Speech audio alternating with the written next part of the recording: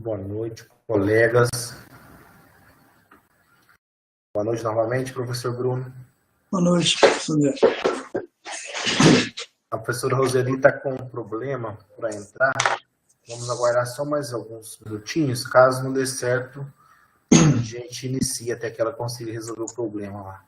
Claro, perfeito. Só vou pegar aqui o primeiro aluno que está aí. É o professor que já está presente? Só conferir aqui. O Daniel está. Daniel, professor Gleice. Professor Gleison e Daniel, é isso? Isso. Tudo bem, Daniel? Professor Gleison, boa noite. Tudo bem? Boa noite. Tá tudo certo Boa noite, a apresentação? Tudo certo. Daniel, você quer compartilhar a sua apresentação para ver se está tudo ok?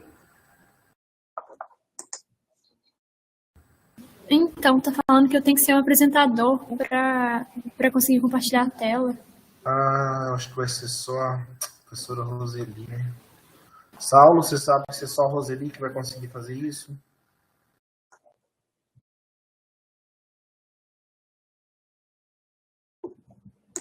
Saulo, tá me ouvindo, Luciana?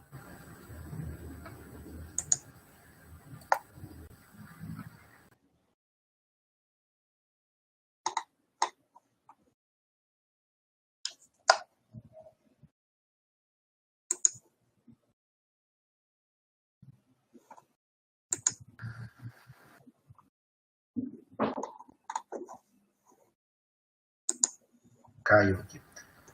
Saulo, tá me ouvindo, Luciana? Ainda não. Roseli tá com problema ainda. Eu vou ver quem que consegue passar isso para você, viu, Daniel? Só um minutinho. Professor André, tá me ouvindo? Sim, agora sim, Saulo. Agora sim. Vou tentar novamente aqui para ver se eu consigo colocar o aluno. O aluno é o Gleison. Não, é a Daniele. A Daniele primeiro. Isso. Você consegue atribuir a ela aí. Espera aí. Só está aparecendo para mim como iniciar bate-papo. Eu não estou conseguindo como moderação. Isso seria a professora Roseli, né, Farinha? Isso, obrigado, Luciano. Agora acho que eu consigo. Agora eu consegui. Agora acho que Isso. foi. A Luciana conseguiu mudar para apresentadora. Então ótimo. Agora então, Daniel, o professor Gleison, o professor Bruno, podemos começar para a gente não atrasar? Até que claro, com certeza. Então, só, Daniel, enquanto você coloca sua apresentação, eu vou só agradecer mais uma vez o professor Bruno, né, pela disponibilidade, pela atenção, por disponibilizar seu tempo precioso para estar aqui conosco nessa noite. Esqueci de uma coisa. Saulo, e para gravar? Já está gravando? Já está gravando, professor. Ok. Então, ótimo. Eu que agradeço pelo convite. Então, o professor Bruno Henrique Dias, né, professor da Universidade Federal de Juiz de Fora, né, da área de engenharias, né, pesquisador do CNPq, né, nível 2, e professor associado do Departamento de Energia Elétrica da UFJF. Então, muito obrigado, professor Bruno, bom trabalho para você. A Daniele, né, cada um tem até 15 minutos para fazer a apresentação e depois mais 5 minutos para perguntas. Então, Daniele, fique à vontade. Boa noite, meu nome é Daniele. O título do meu projeto é Modelagem de Sistemas Autônomos Bidimensionais por meio de modelos afins por partes e técnicas de agrupamento. E meu orientador é o Gleison Amaral. Primeiramente, os sistemas físicos são intrinsecamente não lineares. Por isso surge a necessidade da modelagem de sistemas a fim de aplicar técnicas de controle e de engenharia. Os modelos eles são classificados como modelos globais ou modelos com estruturas por partes. Os modelos globais utilizam toda essa estrutura na reprodução dos dados do sistema, enquanto os modelos com estruturas por partes eles dividem o problema em subproblemas mais simples a fim de obter conectados por meio de leis de chaveamento. Ao longo desse trabalho, então, foram utilizados esses modelos com estruturas por partes. Também foram utilizadas técnicas de agrupamento que vão auxiliar nessa construção desses modelos. Então, o objetivo da pesquisa, no geral, é utilizar essas técnicas de agrupamento, que normalmente são utilizadas para mineração de dados, para auxiliar na obtenção do modelo. E, além disso, outro objetivo é obter esses modelos afins com um número mínimo de submodelos, a fim de obter modelos tão simples quanto possíveis. Então, vão ser utilizadas duas técnicas de agrupamento, o DBSCAN e o K-médias, e vão ser comparados os desempenhos dessas duas técnicas na determinação da superfície de chaveamento e ver se eu vou conseguir realizar a modelagem desses sistemas a partir dessas técnicas de agrupamento. Então, primeiramente, o modelo afim por partes ele é definido pela seguinte equação, em que NS é o número de superfície de chaveamento, ou seja, o número de curvas que dividem os agrupamentos, NP vai ser o número de partições no espaço, ou seja, o número de regiões, AX menos P vai ser o iésimo submodelo afim, em que A vai ser uma matriz dos parâmetros da função afim, ele é determinado pelo método dos mínimos quadrados, né, a partir dos dados do próprio campo vetorial. P é o ponto fixo de cada região.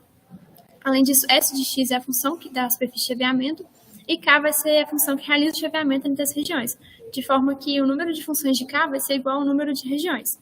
Então, se eu tenho, por exemplo, duas regiões, eu vou ter uma função K1 e uma função K2. E para cada região, apenas uma função de K vai assumir valor igual a 1 e o restante vai assumir valor igual a 0.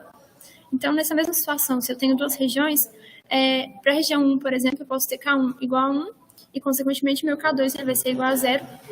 E a minha equação para aquela região vai se resumir a um K1 AX menos P.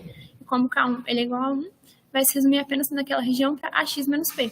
Da mesma forma, para a região 2, agora o K2 ele vai ser igual a 1 e, consequentemente, o K1 ele é igual a 0. Resumindo, então, a mesma coisa para a equação, ela vai se resumir para aquela região a um AX menos P. Então, localmente, esse modelo é um modelo simples, se resumindo a apenas AX menos P. Mas, globalmente, ele consegue representar não linearidades. Além disso, para definir a fronteira entre o sistema afim e outro, vão ser utilizadas técnicas de agrupamento, né? Então, essas técnicas de agrupamento, elas permitem dividir o espaço e, em seguida, permite a construção desse modelo, chaveando o sistema a partir dessas divisões dos agrupamentos. Então, como eu havia falado, vão ser utilizadas duas técnicas de agrupamento, o DBSCAN e o K-médias, né? O DBSCAN, ele é um algoritmo baseado em densidade, né? Então, nesse caso, não é necessário entrar com o número de agrupamentos desejados, e sim com um raio definido. E quanto menor esse raio, maior o número de agrupamentos.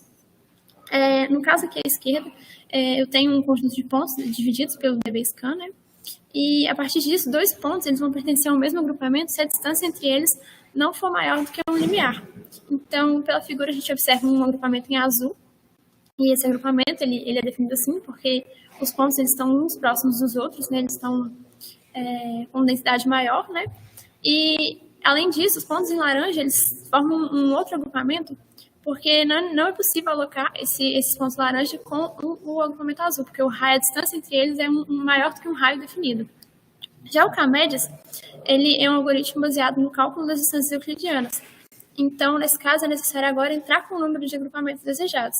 Então, o mesmo conjunto de pontos agora foi dividido com o K-médias na figura da direita, né?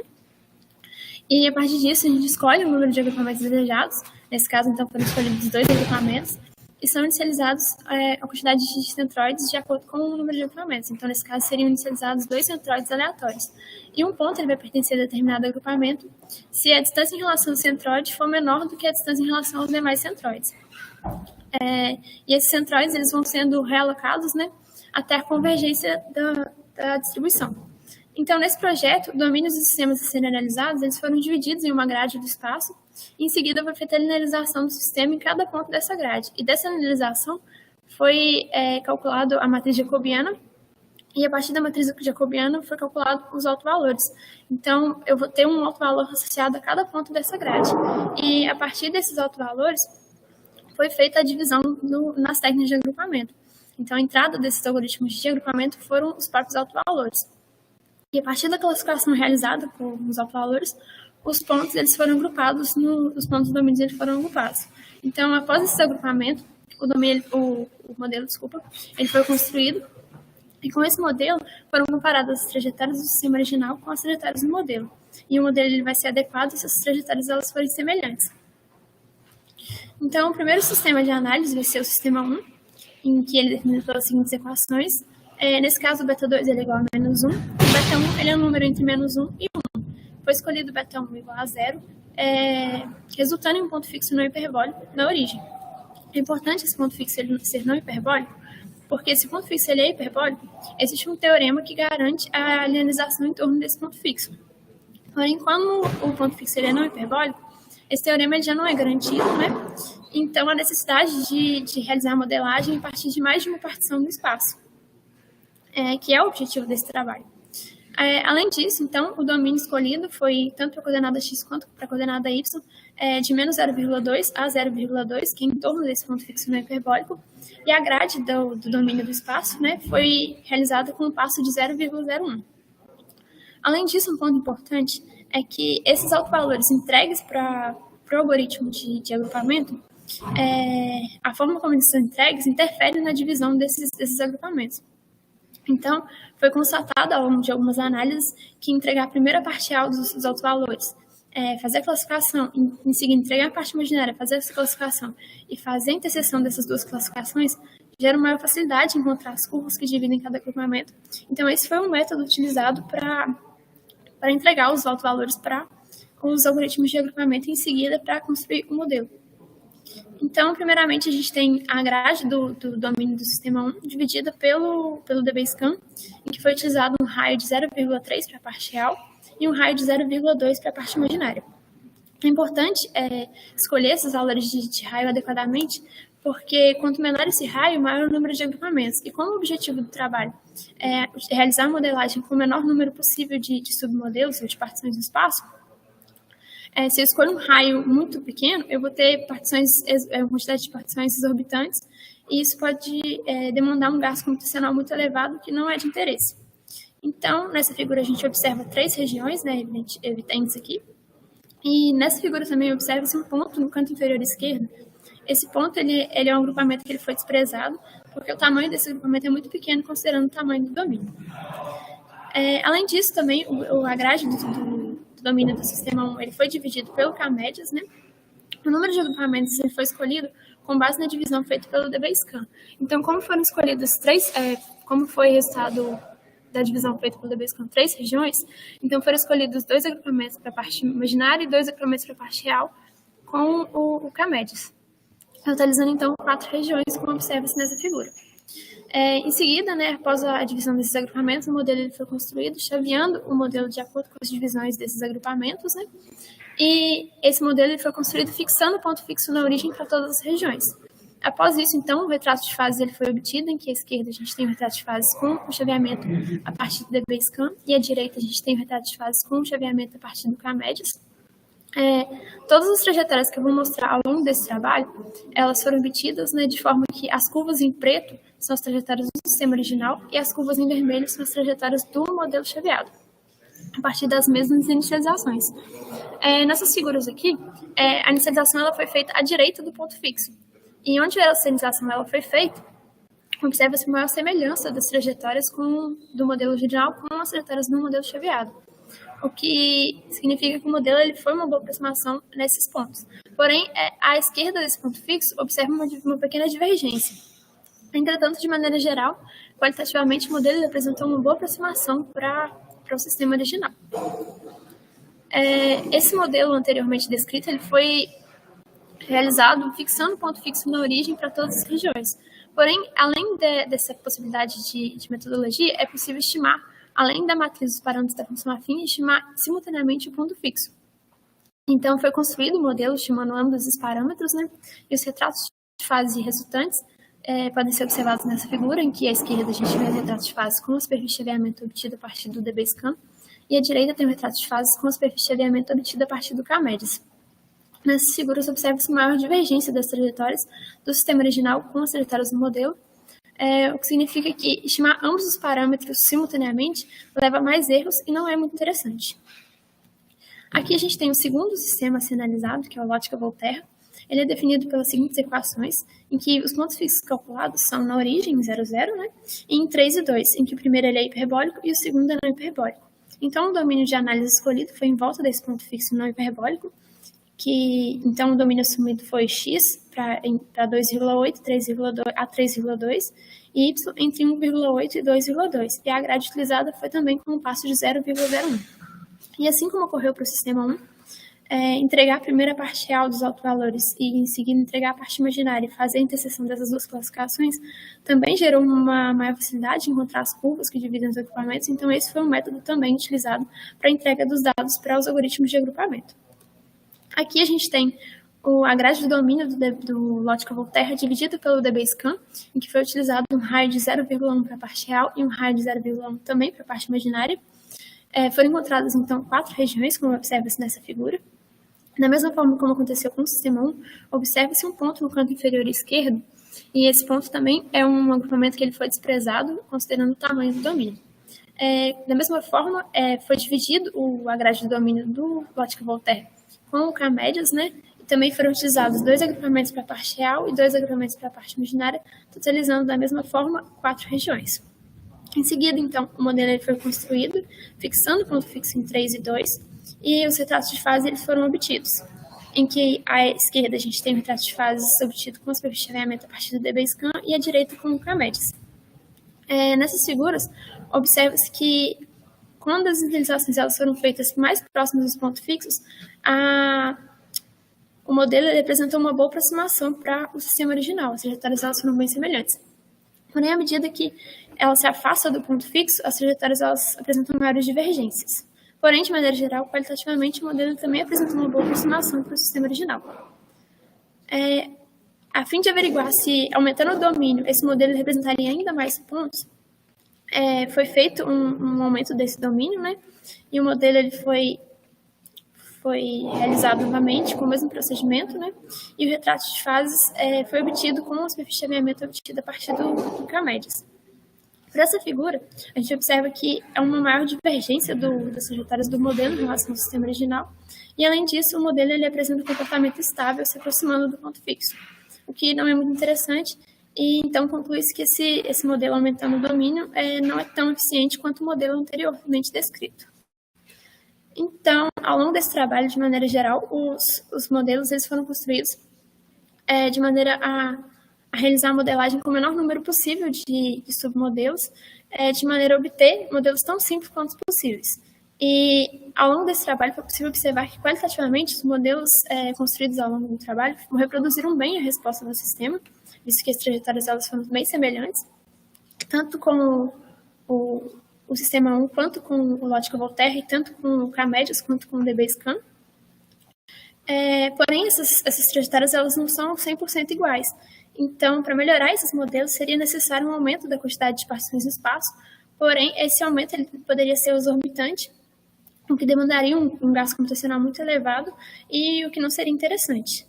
Além disso, foi visto ao longo desse trabalho que estimar o ponto fixo em conjunto com a matriz dos parâmetros da função afim leva a mais erros, o que também não é interessante.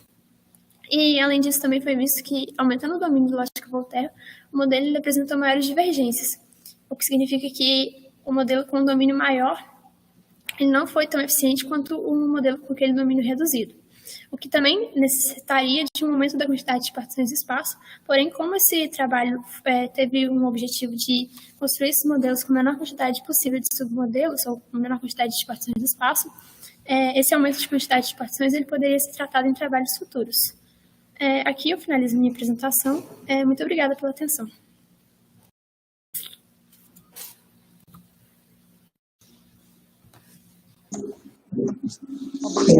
Parabéns, Daniele e Gleison, professor Gleison, pelo trabalho realizado, né? Achei bem interessante. Roseli, professora Roseli, posso fazer as considerações? Acho que posso, né? Sim, pode continuar. Obrigada. Desculpa, não sabia se você ia falar, se você já estava aqui. Tem algumas questões rápidas, né? Mesmo por causa do tempo, a gente ganha um tempo. Com relação ao tempo computacional, né? Vocês fizeram foi em Octave, é isso? Sim, foi em Octave. E tempo computacional da solução do problema? Desculpa, não entendi. Tempo computacional da solução do problema é um problema? Não foi um problema. São simulações até rápidas de serem feitas. Mas se o número de partições forem aumentados, seria um problema, provavelmente. Por isso que eu ia perguntar, por que não particionar um pouco mais, né? Já que eu vejo muito próximo do trabalho com otimização, que seria uma otimização, no meu caso, uma otimização linear por partes, né? Para tentar sair das não linearidades, né? De certa forma, né, o subgrupo seu faz isso, né? Uma aproximação por partes, né? Do seu problema. Acredito talvez não sei, né, trazendo da minha experiência que isso possa ajudar, né?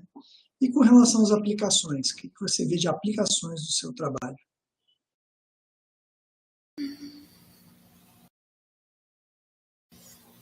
Eu acho que a aplicação mais importante, eu acho que é na área de controle, né? Porque eu consigo realizar a modelagem desse sistema, então eu consigo aplicar qualquer tipo de controle, mesmo não conhecendo a estrutura final do meu trabalho, porque ele é um comportamento não linear, então eu não consigo determinar cada parte dele, mas se eu modelo ele, eu consigo tratar esse problema por partes e localmente eu consigo saber o que vai acontecer com ele. Perfeito. Perfeito. Então, professor Roseli, mais uma vez, parabéns pelo trabalho, né? E encerro as minhas questões. Não sei, professor Roseli, se vai abrir para mais pessoas fazerem perguntas? A gente ainda tem um tempinho, né? Se alguém quiser fazer mais alguma pergunta.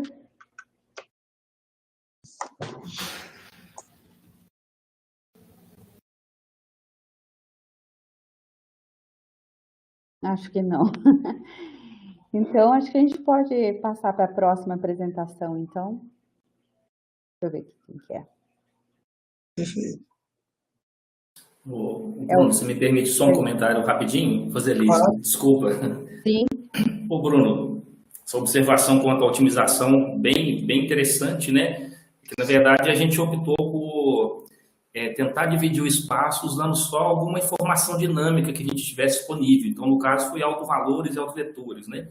Claro que, na necessidade, se a gente particionasse mais o espaço, certamente a gente poderia melhorar mais os resultados, inclusive para domínios maiores, né? Mas com essas informações que a gente trabalhou, que foram os autovalores e autovetores, a gente meio que chegou ali num limite, né? Talvez a gente pudesse explorar outras ferramentas, né? A otimização ela torna muito sistemático o processo, que é muito bom, né? Mas tem alguns casos limite em que a gente obtém um modelo linear numa parte do espaço, mas ele não tem interpretação, não tem relação com a parte física. A gente não queria perder. Na verdade, o melhor dos mundos seria casar a otimização com o que a gente está fazendo, né? Mas na iniciação não dava tempo, né? Sim. É só curiosidade mesmo. Como eu disse, o trabalho é muito, muito bem feito. Acho que, né, para um aluno de graduação, já acho bem avançado, né? Para trabalhar com toda a parte de dinâmica, né?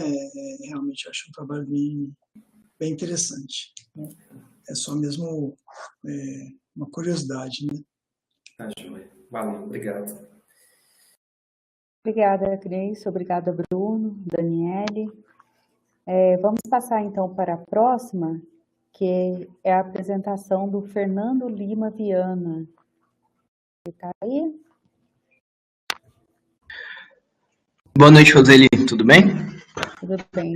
Deixa eu te tornar apresentadora aqui. Beleza.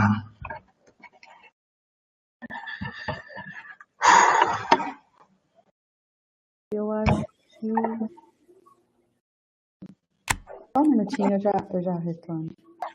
Tudo bem.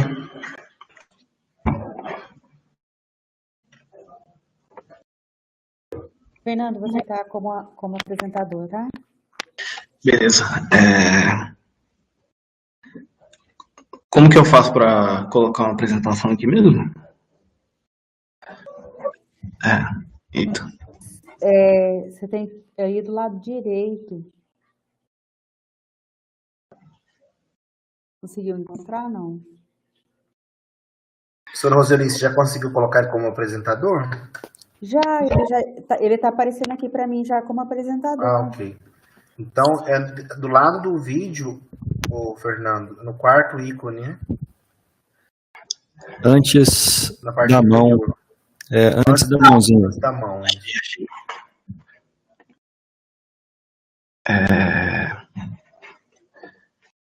Peraí.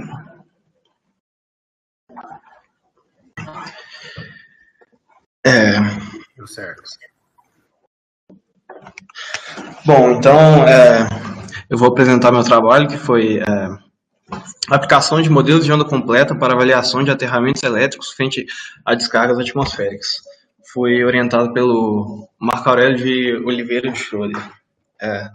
Bom, passando bem rapidinho pelo resumo, a gente basicamente trabalhou com dois modelos computacionais para simulação de aterramentos elétricos, de forma utilizando um que é mais preciso e um que é mais rápido, de forma a investigar se a precisão desse que é mais rápido é suficiente.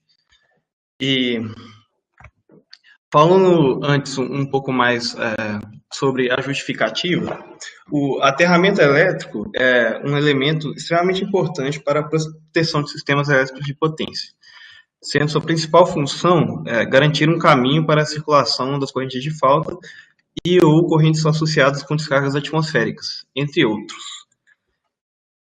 Existem vários modelos para o cálculo de corrente de falta. No Brasil, a gente considera a frequência do sistema, por exemplo, se ocorrer uma fuga da linha para a torre. Mas esse não é o foco do trabalho, nós vamos focar mais em correntes impulsivas, cuja modelagem é mais complicada, sendo possível e às vezes até necessária a utilização de modelos computacionais para sua representação.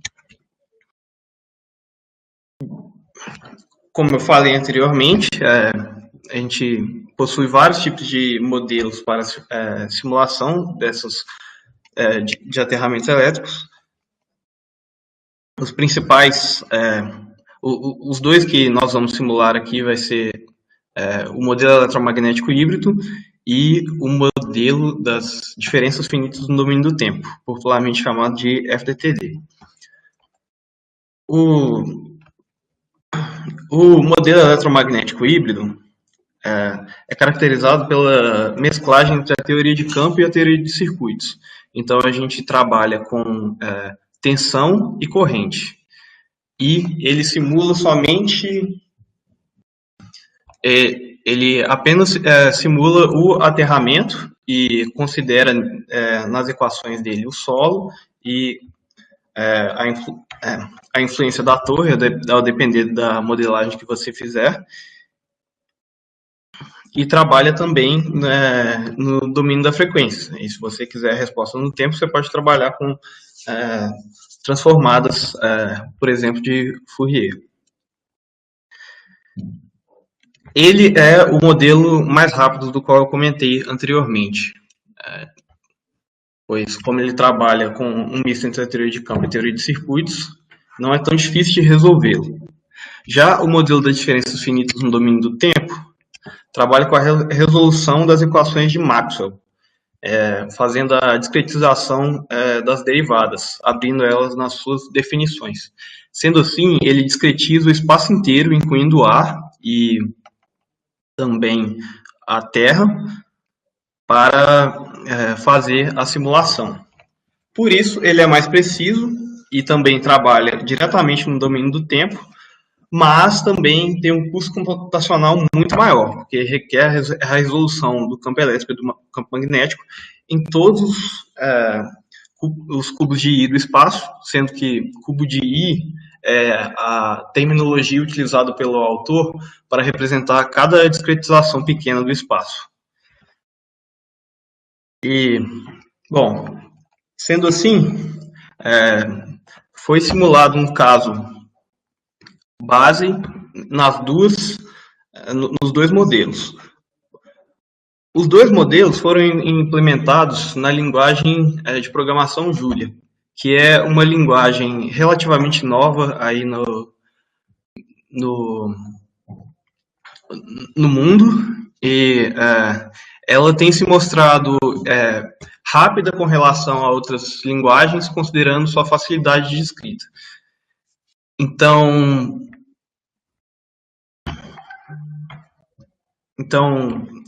desculpa, galera. Então, sendo assim, de forma a garantir que os dois não teriam influência de uma linguagem computacional ser mais rápida ou mais devagar que a outra, a gente padronizou uma. E aí o caso que a gente simulou foi um eletrodo horizontal a 0,6 metros de profundidade, com comprimento de 12 metros. Utilizamos dois solos distintos, com resistividade de 100 ohms-metro e 1000 ohms-metro, e permissividade elétrica relativa de 10 e permeabilidade magnética do espaço livre, que aí é μr igual a 1. Também a gente, como fonte da incidência da descarga, a gente usou um modelo composto pela soma de funções de Heidler, considerando os dados de incidência em salvatórios. E também consideramos a descarga subsequente, pois elas possuem tempo de frente mais curto, sendo assim, possuem a variação no tempo maior, sendo de maior interesse para nós. Aqui está a resposta para o FDTD em preto, em laranja e para o REM em preto, para o caso de 100 ohms/metro. Note que a gente simulou um tempo muito pequeno, na casa de microsegundos. Isso foi porque a simulação do FDTD demorou muito, e esse pouquinho aqui demorou cerca de 3 horas e meia para simular. Isso é porque o FDTD precisa considerar o critério de Courant, que é basicamente dizer que a simulação não vai considerar que o campo viaja mais rápido que a velocidade da luz. Aqui, para o solo de 1000 ohms/metro, o FDTD e o REM, a variação foi um pouco maior, mas mesmo assim foi bem pequena. E aqui eu estou só falando o que eu disse anteriormente, que por causa do critério de Courant, a simulação do FDTD durou 3 horas e 30 minutos e o REM resolveu em 11 segundos. Ou seja, com essa diferença aqui, eu considero que essa grande diferença computacional torna o REM um método extremamente atrativo para a simulação de aterramentos elétricos. Agora, o FDTD nem tanto, porque a simulação demorou tamanho tempo computacional. Além disso, não só o tempo computacional, porque também consumiu bastante memória. Às vezes, quando eu tentei resolver um caso muito grande, o computador ficava sem memória, por exemplo. É por isso que a gente, inclusive, simulou um eletrodo bem simples, um caso bem simples. Se fosse um caso maior, por exemplo, uma malha, o FDTD não conseguiria tão bem. Agora, o REM consegue relativamente fazer isso de forma relativamente rápida e com uma precisão relativamente boa. No futuro, como o REM se saiu bem com relação ao FDTD, eu sugiro que seja comparado com um outro método considerado híbrido também. O método híbrido é aquele que trabalha com o misto das equações de Maxwell com a teoria de circuitos. O método sugerido é o Partial Element Equivalent Circuit Method, que é um método que trabalha diretamente no domínio do tempo. Como o REM não trabalha no domínio do tempo, ele não consegue fazer a simulação de fenômenos que não são lineares, porque parte do pressuposto, como a transformada de Laplace de Fourier é uma operação linear, ele parte do pressuposto que o fenômeno é linear. E foi isso, gente. Muito obrigado pela apresentação. Aqui tem as principais referências do meu trabalho, que também estão lá no texto. Aí, quem quiser dar mais uma olhada com calma, pode olhar lá. Algum comentário, alguma dúvida? Muito obrigada, Fernando, aí pela sua apresentação. Eu passo a palavra agora para o professor Bruno e aproveito a oportunidade para pedir ao Fernando para ligar a câmera dele e o professor Aurélio também, que é o orientador, né? Ele acho que está aqui também, se ele quiser ligar a câmera aí também, está convidado.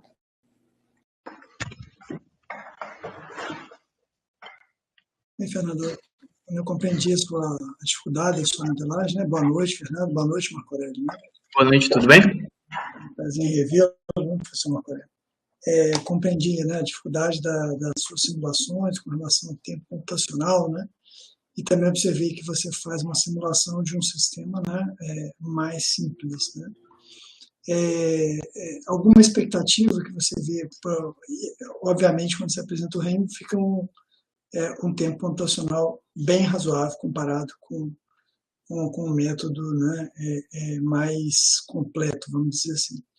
E alguma outra simulação vocês fizeram, começaram a fazer pelo menos para ver alguns sistemas diferentes, com sistemas mais robustos?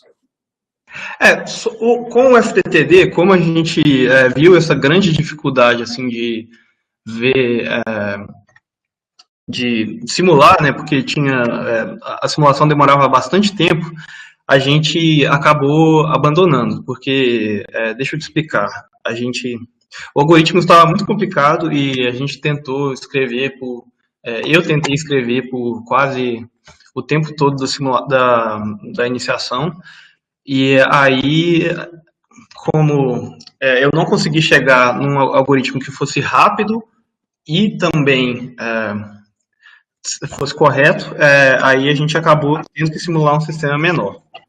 Agora, já o REM, o pessoal aqui do grupo de pesquisa do GATS, que é Grupo de Alta Tensão e Coordenação de Isolamento, já tinha usado ele para outros trabalhos.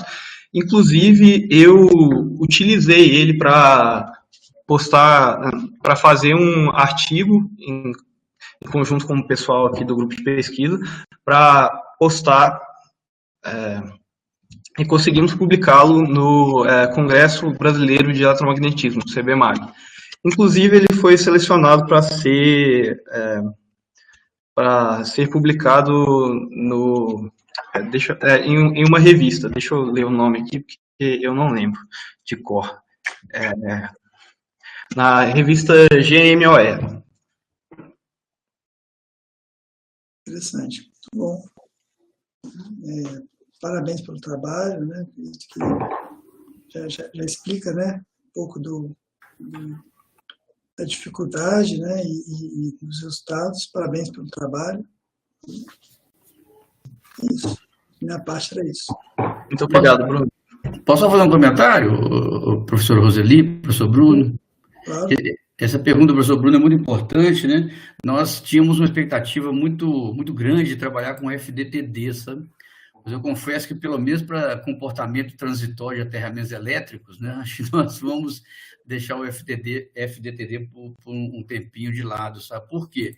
Antes do trabalho do Fernando, nós orientamos uma aluna de mestrado, a Cíntia, que ela fez a modelagem do aterramento elétrico de uma turbina eólica, sabe? E é um aterramento bem complexo, sabe? Com FDTD, né, as simulações dela, as simulações eram em torno de 30 dias para obter um resultado. 30 dias. Então, o FDTD para aterramento, né, o solo, né, tem que modelar um espaço relativamente grande ao redor do aterramento para obter o terra remoto, né? Então, realmente, eu acho que o FDTD para aterramento é muito complicado, sabe? Para propagação no ar, em que tem menos perdas, menos atenuação, talvez seja mais interessante. Tanto que ele é mais usado hoje para propagação de onda eletromagnética para estudos de telecomunicações, sabe? Mas é isso, é só esse comentário. E o Fernando optou por não apresentar os equacionamentos, né? Foi uma discussão, porque os equacionamentos são realmente muito grandes. Quando as equações de Maxwell são discretizadas no tempo e no espaço, apesar da rara beleza das equações de Maxwell, né, as equações ficam muito grandes. Então, optamos por não apresentá-las, tá? Mas quem tiver interesse, né, tem no trabalho, evidentemente. Obrigado. Sim, com certeza. Muito obrigada, parabéns aí, Fernando e Marcos, pelo trabalho. Professor Bruno, obrigada também aí pela avaliação, arguição. Agora quem vai apresentar é o Vinícius, né? Aluno do professor Marco Túlio. Isso. Oi. Peraí que eu vou ligar minha câmera.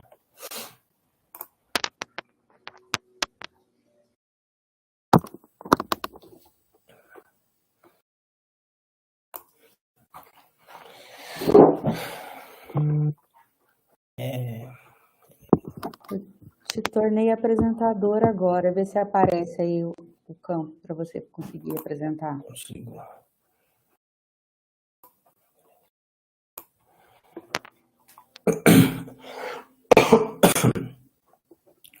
Fui. Vou mostrar na tela aí. Pode começar? Põe lá na tela, oculta aí, por favor, a mensagem. E acho que você pode maximizar também, porque tá pequeno aqui. Esse aqui. Apresentação. Isso. Aí foi agora? Foi, agora você pode iniciar. Beleza. Boa noite aí, pessoal. Meu nome é Vinícius e eu vou apresentar um pouco aqui sobre o trabalho que eu e o Marco desenvolvemos na minha iniciação, que tem um tema sobre determinação de capacitantes parasitas no motor de indução utilizando o método de elementos finitos. Para a gente situar um pouco primeiro sobre a ideia de determinação de capacitantes parasitas, na verdade, eu preciso explicar que o acionamento dos motores, em geral, a maior parte das vezes, é feita via conversor de frequência. E devido, então, a esse acionamento usar conversores, surge, na hora de fazer o acionamento, componentes de altíssimas frequências, que são os componentes que favorecem as circulações de alta frequência no interior da máquina. Essas correntes são responsáveis por gerar as capacitâncias parasitas dentro do motor. Tendo, então, essa ideia que elas surgem através desse acionamento, é necessário explicar também que o nosso trabalho ficou focado, nesse caso aqui, a motores de médio e pequeno porte. E a explicação melhor por que ficou focado disso vem quando eu demonstrar para vocês também os desenhos que a gente fez do motor, que como a ideia é a parte de corrente de alta frequência, a corrente vai passar pelos condutores, e aí com esses condutores que vão estar espalhados dentro da ranhura do estator de forma randômica, a gente vai conseguir estudar então que a posição dos condutores vai influenciar nos valores das capacitâncias. Dentro do nosso trabalho, então, a gente tem o cálculo das capacitâncias parasitas partindo de dois métodos. Um foi feito de simulações computacionais pelo método de elementos finitos, utilizando o software FEM, que é um software gratuito, e a outro método que a gente utilizou foi formulações analíticas, que a gente usou formulações que a gente conseguiu de outros artigos ou outras teses no geral, e aí a partir dessas teses a gente aplicou para o motor que a gente estudou e conseguiu os resultados. Para a descrição agora, então, das capacitâncias que a gente estudou, a gente focou em três capacitâncias principais consideradas como capacitância de fuga do motor. Foi a capacitância entre o rolamento do estator e a carcaça, então entre o fio e o rolamento do estator, quando o rolamento do estator é o fio, o condutor e a carcaça, entre o rolamento do estator também, então o fio e o rotor, e entre o rotor e a carcaça.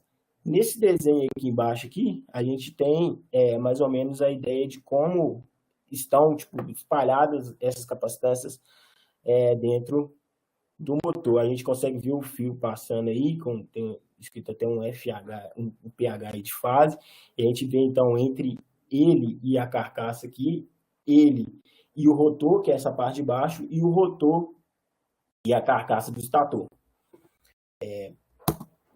Beleza.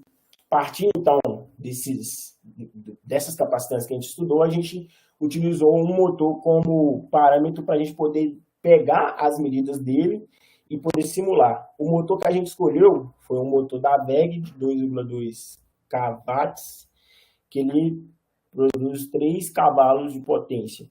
É um motor relativamente de pequeno, médio porte mesmo, e essas são as configurações no geral dele, que ele trabalha na frequência de 60 Hz, o tamanho da carcaça, a potência, a velocidade nominal e as tensões aí, tanto de estrela de triângulo e de estrela de triângulo, e corrente nominal.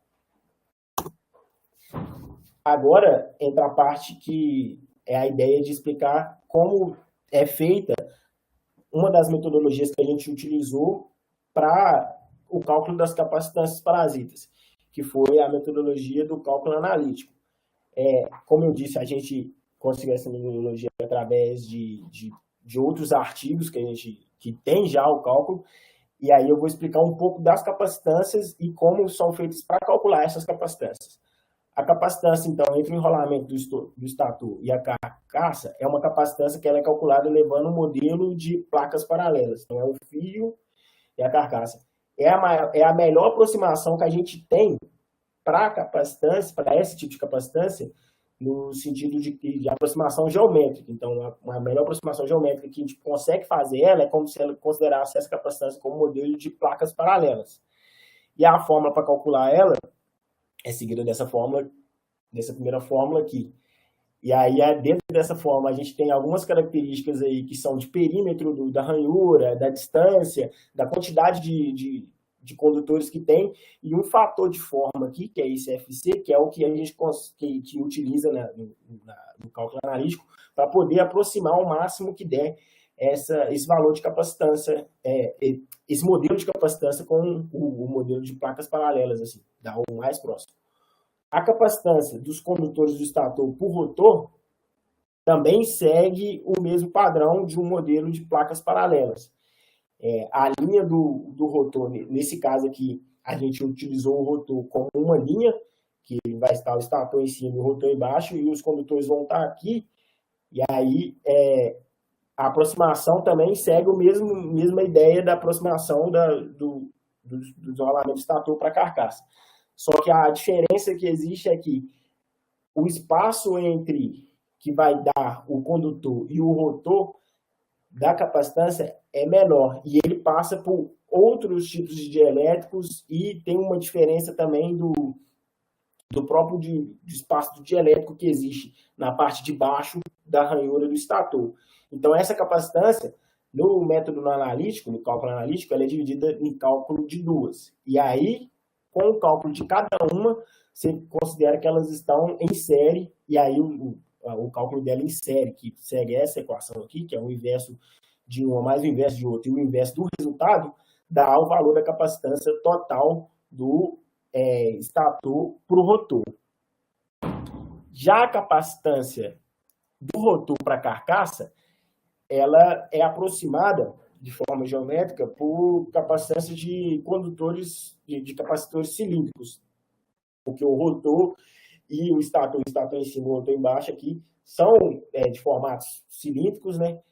Mesmo que a gente está analisando as ranhuras, mas no geral, o formato dele, quando você olha de fora, você vê formatos cilíndricos, e essa capacitância é uma capacitância que até dentro do que a gente estudou é a que tem menos influência dentro da posição dos condutores, já que a gente está estudando a carcaça do estator mesmo, então a gente está estudando o estator e o rotor. E nas outras capacitâncias todas estão envolvidas os condutores e alguma outra coisa. Então essa é a que tem menos influência da presença dos condutores. Mas a gente também consegue perceber que a presença deles gera uma variação. Partindo agora para a parte do FEM, a gente utilizou para fazer a simulação, então, esse software, e para fazer a simulação no software, a gente precisava fazer os desenhos. Os desenhos, então, que a gente conseguiu pegar as medidas do motor, então, a gente tem as medidas do estator, isso aqui é o desenho todo do estator, aí aqui, nessa linha de fora, a gente tem a parte do núcleo do estator, a linha de dentro a gente tem o isolante, aqui essa linha de baixo é a única linha que representa o rotor, e essa linha aqui de cima aqui vai ligar uma ranhura com a outra. Então, o estator, ele é feito com várias ranhuras, né? E aí uma ranhura fica ligada por outra nessa linha aqui, e essa linha de baixo vai representar o rotor. No primeiro caso, a gente tem ela com o isolante na espessura real. No segundo caso, a gente fez uma espessura equidistante, porque uma das partes importantes do nosso trabalho era conseguir fazer que o desenho desses condutores aqui, que estão na figura 4, sejam desenhados aqui dentro de forma randômica. A gente só vai liberar o espaço. A gente vai dizer, você tem um espaço de tanto a tanto para desenhar, você não pode encostar um no outro, não pode encostar na ranhura. Então, você desenha e a gente vai conseguir, a partir de desenhar isso aí de forma randômica, conseguir captar vários resultados e, a partir desses resultados, analisar qual que vai ser a influência, então, das capacitâncias. Para a primeira parte do trabalho, o que a gente fez? A gente fez a simulação partindo de uma geometria estática.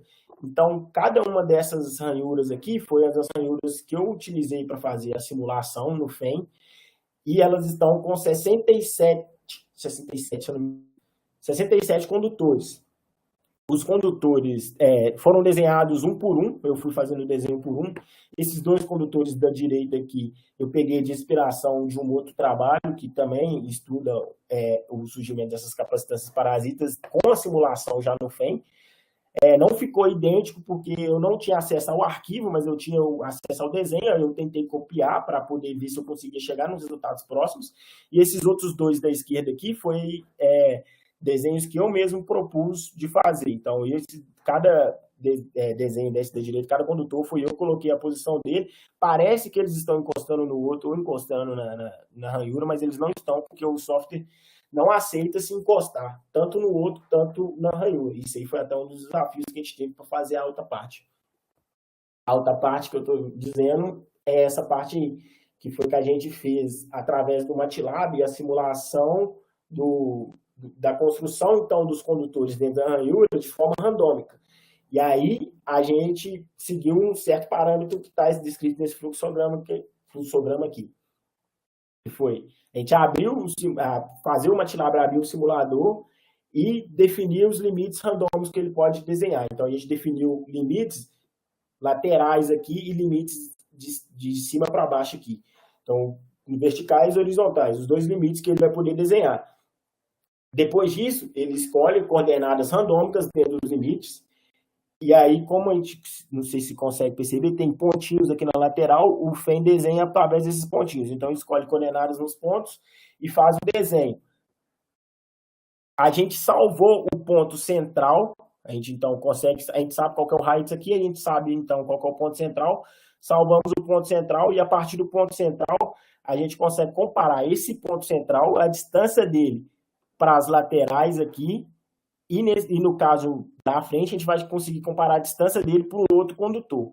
Então, a gente tem aqui que esse ponto central, ele tem que estar uma distância de um raio, então ele vai estar uma distância de um raio, mais uma pequena distância em milímetros que a gente colocou para poder não encostar tanto na ranhura, nem na linha de cima de baixo, nas laterais da ranhura, nem encostar um condutor no outro. Quando ele desenha, no caso que eu estava explicando, o primeiro, ele desenha o primeiro e não compara com outros condutores, porque não tem nenhum condutor lá dentro, então ele tem um espaço todo da ranhura para desenhar. Assim que ele desenha o primeiro, ele vai lá, pega os limites aqui de novo, escolhe as coordenadas, verifica se ele não vai encostar na ranhura, e aí ele verifica, depois que se ele não encostar na ranhura, ele verifica para cada condutor que ele já desenhou antes, se esse condutor vai estar à distância de um raio, desse outro ponto do condutor aqui, mais uma distância em milímetros. Então, no caso que a gente fez, a gente teve que diminuir a quantidade de condutores, porque foi necessário parametrizar a ranhura toda e tal, a gente conseguiu desenhar ali, chegar numa faixa de desenhar 50 condutores de forma randômica, sem que não falte espaço, né? A partir de 50 já estava começando a bater espaço, ou desenhar um muito em cima do outro, ou encostando, e ultrapassar os limites que a gente tinha determinado. Assim que desenha todos os condutores, ele roda a simulação e salva a resposta. Salva a resposta, isso aí ele considera como a primeira iteração. No nosso caso, a gente realizou 100 iterações e capturou todos os resultados e colocou em gráficos para poder observar. Antes de mostrar, então, os gráficos, eu queria comentar também dos primeiros resultados que a gente teve. Foram os resultados das outras simulações que foi eu que fiz manualmente do desenho de cada condutor. Aí aqui a gente colocou, na verdade, foram 6 resultados, em que tem o resultado analítico através das fórmulas que eu mostrei anteriormente. Tem os resultados aqui que eu chamei de condutor 1, e esse resultado a gente desenvolveu porque esse resultado analítico aqui, ele considera como se houvesse um condutor só único dentro da ranhura. A gente fez também uma simulação com um condutor único para poder ver como se a gente estava conseguindo aproximar os cálculos analíticos com os resultados de simulação. E aí é que a gente consegue até perceber que a proximidade entre os resultados aqui é bem grande. E os arranjos, então, de 1 a 4 são os arranjos que eu demonstrei logo acima ali, sendo o 3 e o 4 aqueles dois arranjos que eu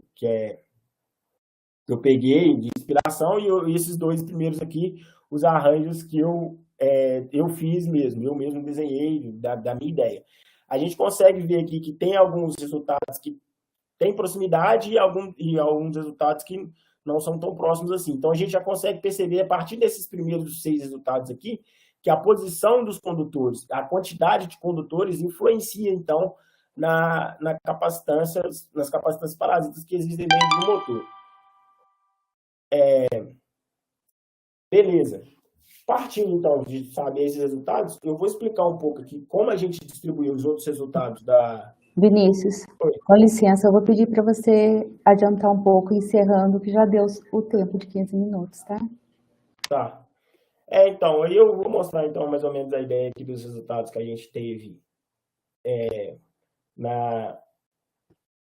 durante as simulações, e aí a gente vai conseguir perceber aqui que esse gráfico aqui é um block spot, e nessa caixa aqui concentra 50% dos resultados. Aí a gente consegue perceber que, nesse caso aqui, a variação é de 7% entre os 50% dos resultados, entre o menor, que está nessa linha aqui, e o maior, que está aqui, a gente teve uma variação de 7%. Já entre o menor resultado que a gente captou das 100 interações e o maior, a gente teve uma variação de 30% para a capacitância do núcleo do estator para os condutores. Agora, para as capacitâncias, então, do condutor para o rotor, a gente consegue ver uma variação muito maior, e isso se deve que a posição lá dos condutores da ranhura vai influenciar muito mesmo, porque se o condutor estiver mais abaixo na ranhura, a gente tem uma variação muito maior do valor da capacitância. Os condutores vão estar carregados, vão estar bem mais próximos. E aí, até nos valores totais, também a gente consegue perceber isso. A variação aqui nos valores totais deu cerca de 160% entre o menor e o maior valor obtidos. E já para os outros valores aqui que estão no bloco spot, nesse 50%, deu 46% de variação entre os 50%, entre o menor e o maior valor já obtido. Na capacitância do rotor para a carcaça, a gente conseguiu perceber que a variação não é tão grande, porque, como a gente está analisando o estator e o rotor, a proximidade dos dois ali, a posição dos dois, na verdade, é estática, né? E o que pode influenciar mais ali, na verdade, o que influencia, então, no geral, é a posição dos condutores, só que o condutor, ele não é em si utilizado para fazer o cálculo da capacitância, ele entra mais ali como um dielétrico no meio, que ele vai fazer esse papel aí quando ele está entre os dois, ele influencia, mas quando ele está lá em cima, mais perto do estator, ele não vai influenciar tanto. Tanto que a variação dele aí, nessa parte aqui do block spot, foi de 0,63%, se eu não me engano, e do maior e do menor valor captado entre as 100 interações foi de 1,4%.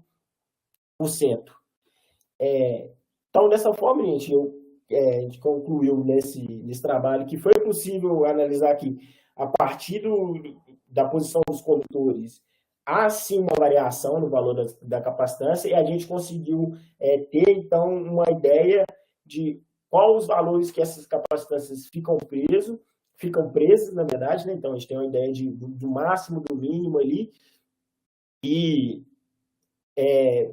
para os próximos trabalhos, a gente pensa em realizar simulações de outros modelos de motores, para ver, então, se esse padrão ele se mantém, né? E realizar também simulações com diferentes valores de condutores, uma vez que com 50 condutores, algumas capacitâncias, os condutores ficam muito próximos, então as capacitâncias não têm tanta, vamos dizer assim, os espaços não tem tanto espaço para o condutor ficar posicionado, e isso aí pode influenciar então, no valor da capacitância, e realizar com um maior volume de interação. A gente fez 100 interações, então rodou 100 vezes, mas a gente pode realizar, sei lá, para 200, para 500 e ver, então, se fica preso mesmo nesses valores que a gente falou, além de algumas medições práticas, para aí a gente poder analisar, então, o analítico, o cálculo, o prático e o simulado. Aqui tem algumas referências, e é isso. Muito obrigado. Muito obrigada, Vinícius. Parabéns aí pela apresentação. Passo a palavra agora ao professor Bruno e convido também o professor Marco Túlio a abrir a câmera, se ele quiser. Parabéns, Vinícius e professor Marco Túlio, pelo trabalho. Eu vou fazer uma pergunta rápida, né, do tempo. Vinícius, para você, né, qual a consequência prática do seu trabalho, né? Quais são os impactos esperados dos seus resultados? Então, a gente espera, no lado prático, assim, conseguir ter um valor, conseguir aproximar alguns valores de dizer, por exemplo, que os valores de capacitância parasitas, eles ficam entre essa faixa para certo tamanho, tipo de motor. Então, a gente está, na verdade, o nosso trabalho, acho que a gente vai continuar desenvolvendo isso, eu pretendo continuar desenvolvendo isso com o Marco Túlio, para a gente conseguir, confirmar que os valores de capacitância vão ficar numa certa faixa, devido também que a gente não consegue posicionar certinho os condutores. Então, nunca o motor vai ter uma posição correta dos condutores ali, então a gente não consegue determinar, assim, que o motor vai sair com essa capacitância, mas a gente tem uma faixa de valores que a gente pode considerar que ele vai ter. Perfeito, mas a minha pergunta digo assim, e qual a implicação prática dos resultados?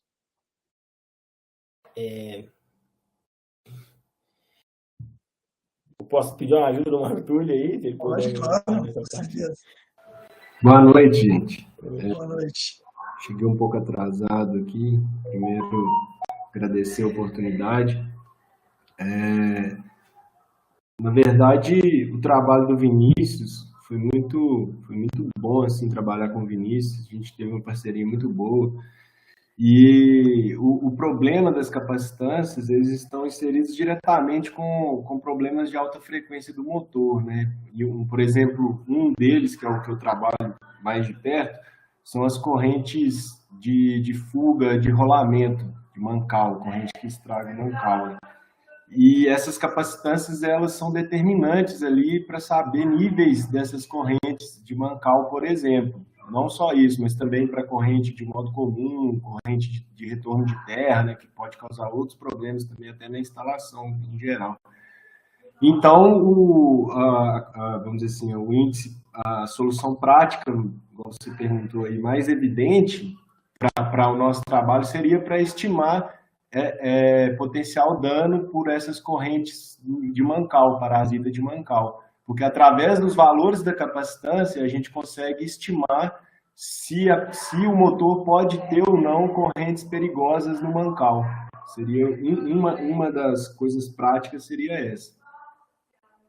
Eu vejo também que se traduz, né, com essa melhoria, se traduz em economias, né, todo o seu sistema, né?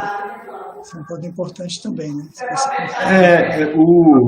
Se você traduz em melhorias.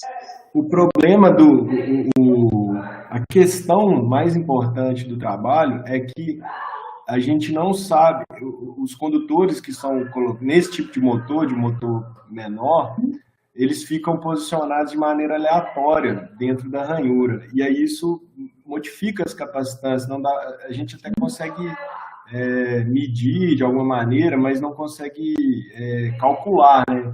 Principalmente pensando num projeto, né? Da ranhura ali, um projeto na parte do design ainda, né? E aí a nossa ideia foi colocar essa aleatoriedade na simulação. E o Vinícius não comentou, mas ele fez um trabalho assim, de parametrizar todas as curvas da ranhura. Ele parametrizou usando matemática básica mesmo lá, a reta, a circunferência. Isso foi muito legal também para poder fazer esse desenho no software e comparar e fazer o desenho de maneira aleatória de cada espirazinha dentro da ranhura para poder fazer o cálculo da capacitância. Interessante, muito bom. Bom, parabéns pelo trabalho, obrigado. Obrigado, gente. Parabéns, Vinícius. Parabéns aí ao professor Marco Túlio, ao Vinícius. Obrigada pela apresentação e professor Bruno, obrigada aí pela Obrigado, gente, pelas perguntas. Valeu. Agora a gente tem um intervalo aqui previsto que estava para começar às 20 horas até 20h20, né? Isso. A gente pode fazer um intervalo de 10 minutos só, professor, para tentar seguir o programa? Então tá bom. A gente volta então às 20h20. Até mais.